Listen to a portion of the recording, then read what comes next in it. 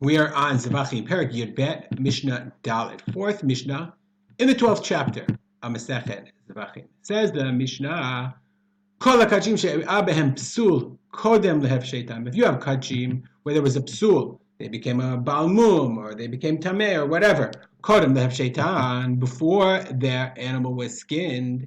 Meaning, or you have a psul in the korban, right? You slaughter the animal, and then, or it was michutz imkomo michutz ezmano, before the animal was skinned. Then ein oretehem lakohanim. Then the kohanim don't get the skin because the korban doesn't go onto the mizbeach. Kohen don't get anything. Ela nisrafim im oram. The animal is burned, okay, with their skin.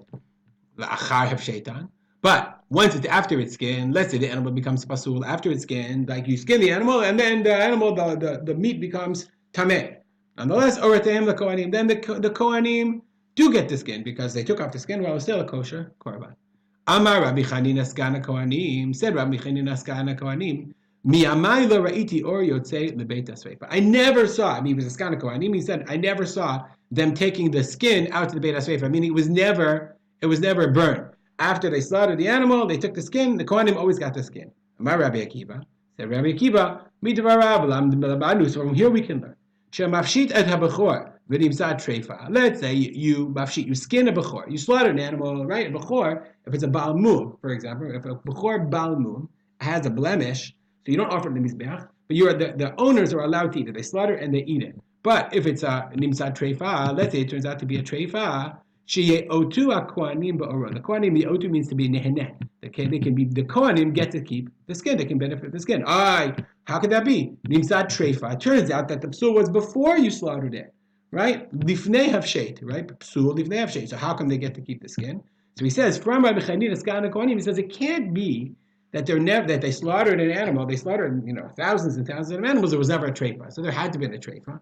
But somehow, they all kept the animal skins. I never saw them burn an animal skin. So it must be that they held that if you slaughter an animal and it turns out to be a treifa, right? Since you didn't know until after you slaughtered it and checked it, until after you skinned the animal, you didn't know. Therefore, you skinned it when it was still kosher, technically, when you were still aware.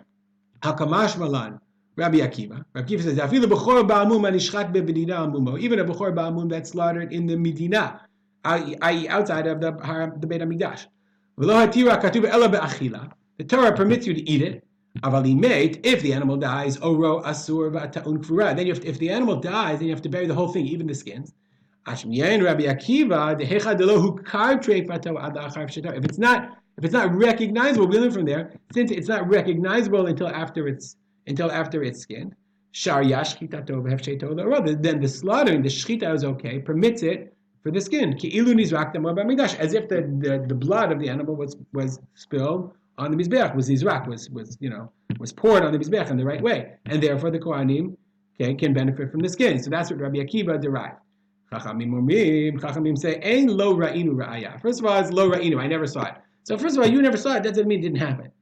Okay, it's not an ella yotzei lebeit hasveifa. Rather, if we know the animal was pasul, was a treifa before it was slaughtered, and it was going to die, and it was not a kosher animal, then the skin has to be taken out to beit hasveifa. Okay, ein lo ra'inu shema lo irabi yama. Maybe it never happened. Maybe he wasn't there that day.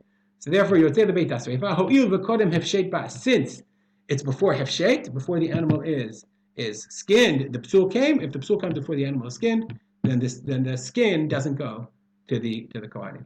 We'll stop here. Dedicated our learning to the memory of my father, Rav Simcha ben Yitzchak Kalman. Have a good day.